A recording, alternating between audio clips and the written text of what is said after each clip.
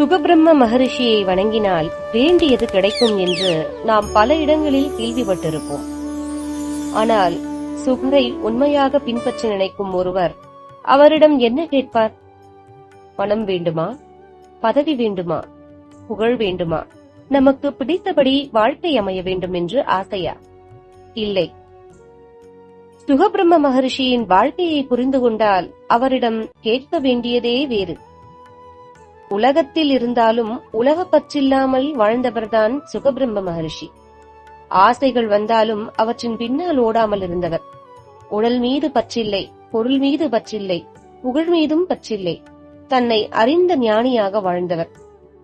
அதனால்தான் நான் ஒரு யோகி உங்களை பார்த்து சுகபிரம்ம மகரிஷியை ஏன் வணங்க வேண்டும் என்று கூறினால் எப்படி இருக்கும் என்பதை நான் உங்களுக்கு கூற விரும்புகிறேன். சுகபிரம்ம மகரிஷியிடம் வேண்டிக் கொள்ளும் போது எனக்கு இதை கொடு அதை கொடு என்று கேட்காதீர்கள்.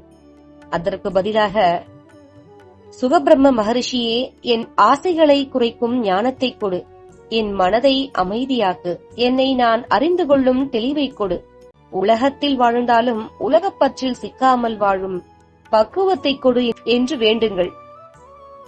அதுதான் சுகரை வணங்குவதன் உண்மையான அர்த்தம் என்று நான் நினைக்கிறேன்.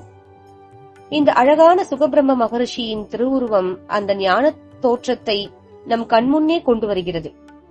3D டிசைன் ஆர்ட் தொழில்நுட்பத்தின் மூலம் வடிவமைக்கப்பட்ட இந்த சிலையில் சுகபிரம்ம மகரிஷியின் யோக நிலை, மேலே கட்டப்பட்ட ஜடாமுடி, ருத்ராட்ச மாலைகள், காவி வஸ்திரம், அருளை காட்டும் அபய முத்திரை, இவை அனைத்தும் இணைந்து ஒரு அழகான ஆன்மீக கலை வடிவமாக உருவாகியிருக்கிறது.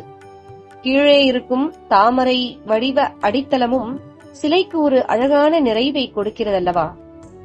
இது வெறும் அலங்கார பொருளாக இல்லாமல் எனக்கு என்ன வேண்டும் என்பதிலிருந்து நான் எப்படி வாழ வேண்டும் என்று நம்மை சிந்திக்க வைக்கும் ஒரு நினைவு சின்னமாக இருக்கட்டும். சுகபிரம்ம மகரிஷியை வணங்கும் போது என் ஆசைகளை நிறைவேற்று என்று கேட்பதை விட என் ஆசைகளை கடந்து செல்லும் ஞானத்தை தா என்று கேட்போம். அதுதான் சுகரை வணங்குவதின் உண்மையான அர்த்தம். இப்படி நீங்கள் உங்கள் பிரார்த்தனைகளை சுகபிரம்ம மகரிஷியின் முன்னால் வைக்கும் போது, எனக்கு இது வேண்டும், இது இந்த நேரத்திலேயே நடக்க வேண்டும் என்று கட்டளையிடுவது போல் வேண்டாமல், சுகபிரம்ம மகரிஷியே, எனக்கு உண்மையிலேயே எது தேவையோ அதை நீங்கள் அறிந்து தக்க நேரத்தில் எனக்கு அருளுங்கள் என்று உங்கள் பிரார்த்தனையை அவரிடம் ஒப்படைத்து பாருங்கள். ஏனென்றால் ஒரு தாய்க்குத்தான் தன் குழந்தைக்கு எந்த நேரத்தில் என்ன தேவை என்பது தெரியும். குழந்தை அழுகிறது என்பதற்காக அது கேட்பதையெல்லாம் அந்த தாய் உடனே கொடுத்து விட மாட்டாள். குழந்தை இனிப்பு கேட்கலாம், ஆனால் அது உடலுக்கு நல்லதல்ல என்று தெரிந்தால் அந்த தாய் அதை தடுத்து நிறுத்துவாள். குழந்தை ஒரு பொருளை கேட்கலாம், ஆனால் அந்த பொருள் இப்போது தேவையில்லை என்று தாய்க்கு தெரிந்தால் கொஞ்சம் பொறு என்றுதான் சொல்லுவாள். அந்த நேரத்தில் குழந்தைக்கு அம்மா எனக்கு ஏன் தரவில்லை என்று தோன்றலாம். ஆனால் பின்னால் புரியும், அம்மா தராமல் இருந்ததற்கு கூட ஒரு காரணம் இருந்தது. அதே போலத்தான் நாம் ஒரு விஷயத்தை மிகவும் விரும்பி இது இப்போதே எனக்கு கிடைக்க வேண்டும் என்று பிரார்த்தனை செய்யலாம். ஆனால் அது நமக்கு கிடைக்காமல் போகலாம், அல்லது நாம் எதிர்பார்த்ததை விட கொஞ்சம் தாமதமாக கூட கிடைக்கலாம். அந்த தாமதத்தை நாம் தண்டனையாக நினைக்க வேண்டாம். என் பிரார்த்தனை ஏன் நிறைவேறவில்லை என்று வருத்தப்படவும் வேண்டாம். சில நேரங்களில் தாமதமும் ஒரு அருள்தான். நாம் கேட்பதை விட நமக்கு உண்மையில் எது நன்மை என்பதை அறிந்த ஒரு உயர்ந்த சக்தி. இப்போது வேண்டாம், இன்னும் கொஞ்சம் காத்திரு, சரியான நேரம் வரட்டும் என்று நம்மை காத்திருக்கவும் செய்யலாம். அந்த காத்திருப்பு காலத்தில்தான் நம்முடைய மனமும் மாறலாம், நம்முடைய சூழ்நிலையும் மாறலாம், நம்முடைய தேவைகளும் கூட மாறலாம். நாம் நேற்று மிகவும் வேண்டுமென்று நினைத்த ஒரு விஷயம் இன்று நமக்கு தேவையில்லை என்று கூட நமக்கு புரிய வரலாம். அதனால் சுகபிரம்ம மகரிஷியிடம் பிரார்த்தனை செய்யும் போது மிகவும் கவனமாக உங்கள் பிரார்த்தனைகளை இப்படி செய்யுங்கள்.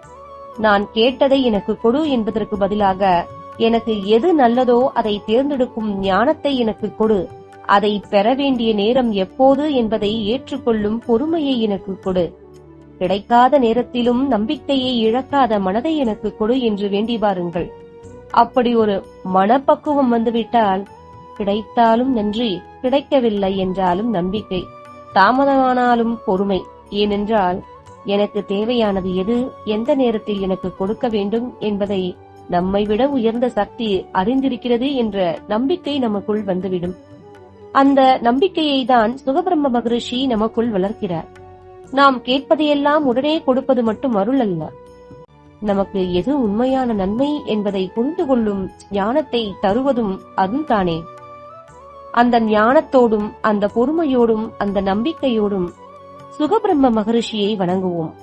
அவர் அருள் தக்க நேரத்தில் தக்க விதத்தில் நம் வாழ்க்கையில் நிச்சயம் வெளிப்படும்.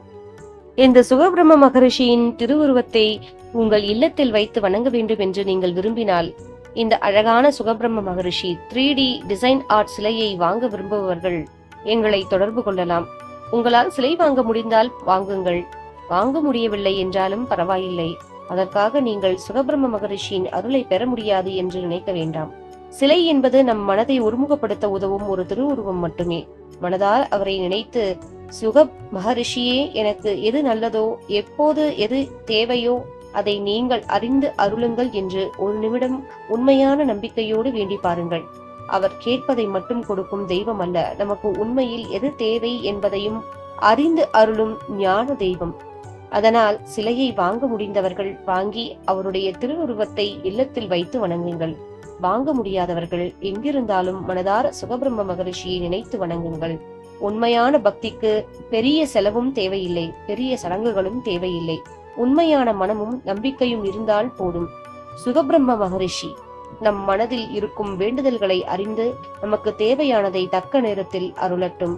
சுகபிரம்ம மகரிஷியின் திருவுருள் உங்கள் இல்லத்திலும் உங்கள் வாழ்விலும் நிறைந்திருக்கட்டும். ஓம் சுகபிரம்ம மகரிஷியே நமக.